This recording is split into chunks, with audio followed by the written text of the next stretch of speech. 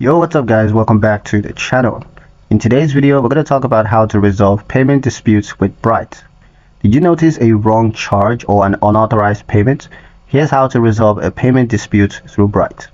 First, open the Bright app and tap your profile icon in the top right corner, and then go to Help and Support and then tap on Payment Disputes. Select the transaction in question from your recent activities. You're going to see an option that's labeled Dispute this transaction. Just tap on that option. And now you're going to choose a reason, like, either I didn't authorize this charge, or the amount is incorrect, or I was charged twice, or the service was never received. Whatever it is, just go ahead and choose a reason. And then you're going to add any supporting details such as screenshots, receipts, or descriptions of the issue. Once submitted, Bright support team will review the case. They may contact you for details and you'll get updates through your support ticket section. Most disputes are resolved within 7 business days and you'll be notified of the outcome. Simple, secure, and stress-free.